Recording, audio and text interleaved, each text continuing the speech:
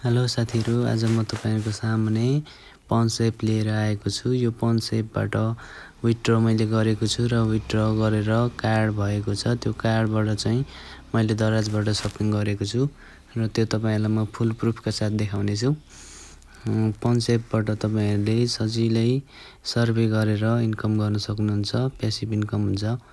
र यो इन्कम गर्नको लागि चाहिँ सबैभन्दा पहिला पन्सेप डाउनलोड गर्नुपर्ने हुन्छ। पन्सेप भएपछि लागौं पन्सेपतर्फ। पन्सेप ओपन गरेपछि तपाईहरुले यस्तो इन्टरफेस देख्न सक्नुहुन्छ। सुरुमा आइडी बनाउनु पर्ने हुन्छ, सजिलै गुगलबाट आइडी बन्छ र आइडी बनिसकेपछि तपाईहरुले सानो सर्भे गर्नुपर्ने हुन्छ। त्यो सर्भे बापत पनि तपाईहरुलाई यहाँ एमाउन्ट आउँछ, जस्तै यहाँ देख्न सक्नुहुन्छ। सुरुमा मैले सर्भे गरेर $0.2 आएको थियो र गिफ्ट पनि आएको थियो 0.03। त्यसपछि त्यहाँ भएको प्रोसेसहरु गर्दै जाँदा र सर्भे गर्दाखेरि इन्कम गर्न सकिन्छ। रिफर गरेर $1 तपाईहरुले लिन सक्नुहुन्छ र तपाईहरुले यहाँ देख्न सक्नुहुन्छ। मैले सर्भेबाटै $8 बनाएर मैले विथड्र गरेको थिएँ। यहाँ तपाईले देख्न सक्नुहुन्छ भिसा अर्निङ विथड्रल $8.470 र यो मिनिमम विथड्र गर्नको लागि चाहिँ तपाईहरुले $5 सम्म बनाउनु पर्ने हुन्छ। मेरो अहिले 1.85 छ। र अब यो पन्सेप कसरी डाउनलोड गर्ने भन्दा सजिलै एप स्टोर, प्ले स्टोर अथवा एप स्टोरबाट डाउनलोड गर्न सकिन्छ। र डाउनलोड गरेर आइडी बनाउँदा तपाईहरुले यो रिफरल कोड लाउनु भयो भने चाहिँ तपाईहरुको $3 आउनेछ। $3 मा $1 सुरुमै इन्स्ट्यान्ट आउनेछ भने $2 चाहिँ $1 एकचोटी विथड्र गरेपछि $2 पनि अर्कोचोटी विथड्र गरेपछि तपाईहरुको एकाउन्टमा डिपोजिट हुनेछ। यो रिफरल कोड लाएर तपाईले आइडी बनाउन सक्नुहुन्छ। र सर्भे कसरी गर्ने भन्ने विषयमा चाहिँ म तपाईहरुलाई यहाँ जानकारी दिनेछु। सर्भे गर्नको लागि सबैभन्दा पहिला तपाईहरुले VPN डाउनलोड गर्नुपर्ने हुन्छ। VPN बिना चाहिँ नेपालमा हुँदैन। VPN डाउनलोड गर्नको लागि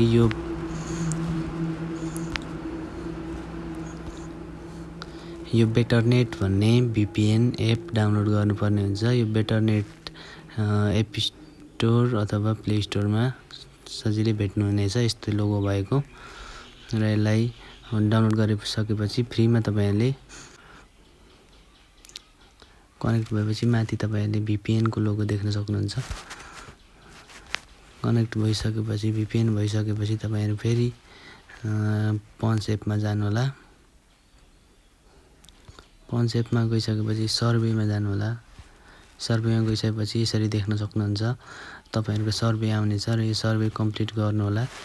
यो शेयर इन्टरनेट गरेर पनि गर्न सक्नुहुन्छ। कतिपय आइपी एड्रेसमा चाहिँ यो शेयर हुँदैन, मेरोमा पनि हुँदैन। शेयर गरेर पनि तपाईहरुले इन्कम गर्न सक्नुहुन्छ। शेयरबाट पनि आउँछ $। र यसलाई मेबी लेटर गर्दिउँ। अब सर्भे ओपन हुन्छ। कुनै सर्भे चाहिँ आफ्नो प्रोफाइलसँग म्याच नगर्ने भएकाले क्यान्सल हुन्छ आफै अटोमेटिक। फेरि तपाईले अर्कोबाट गर्न सक्नुहुन्छ। यो हुन्छ मैले गरेरै तपाईहरुको यहाँनेरि सर्भे गरेरै देख्न सक्नुहुन्छ। Survey earning, gift reward, survey earning, referral earning, यसरी चाहिँ तपाईहरुले गर्न सक्नुहुन्छ। हुन्छ यो नहुने हैन। अब तपाईहरुले विथड्र गर्नको लागि चाहिँ यहाँ जानु होला। पेमेन्ट रिक्वेस्ट पेमेन्ट गर्नु होला। यो $5 पुगेपछि अनि तपाईहरुको जीमेलमा कोड आउँछ। कोड आएपछि तपाईहरुले विथड्र गर्न सक्नुहुन्छ है त। त्यसपछिको भनेको मैले सर्भेबाट विथड्र गरेर दराजबाट सामान किनेको छु। त्यो सामान पनि देखाउँछु म तपाईहरुलाई।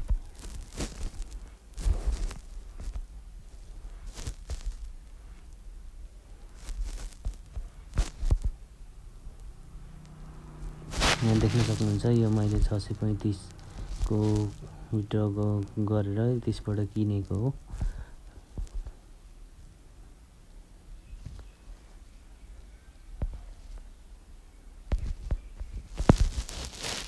यो अर्डर छिट्टै आउनेछ। त्यसपछि भनेको मेरो कार्ड कसरी बन्छ त, यो कार्ड कसरी बन्यो भन्दाखेरि तपाईँहरूले जिमेलमा जानुभयो भने जिमेलमा तपाईँहरूको आउँछ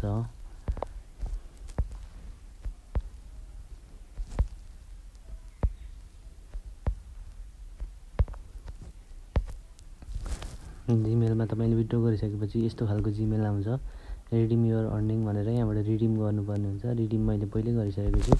रिडिम गरिसकेपछि तपाईँहरूको कार्ड बन्छ। त्यहाँ इमेलहरू हालेपछि कार्ड बनिसकेपछि यसरी तपाईँले देख्न सक्नुहुन्छ यो 8.47 USD prepaid card has been arrived भन्छ र भ्यू कार्ड गर्नुभयो भने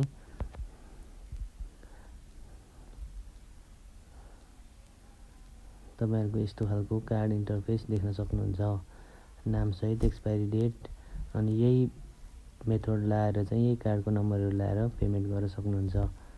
मैले किनेको यहाँनिर देख्न सक्नुहुन्छ, दराजबाट सुरुमा इन्करेक्ट हालेर फेल भएको थियो, सेकेन्ड टाइम सक्सेस भयो $3.23 को, र त्यसपछि अहिले भर्खर मैले किनेको 4.59 को अहिले पेन्डिङमा छ। यो पेमेन्ट भएपछि दराजबाट सामान आउँछ।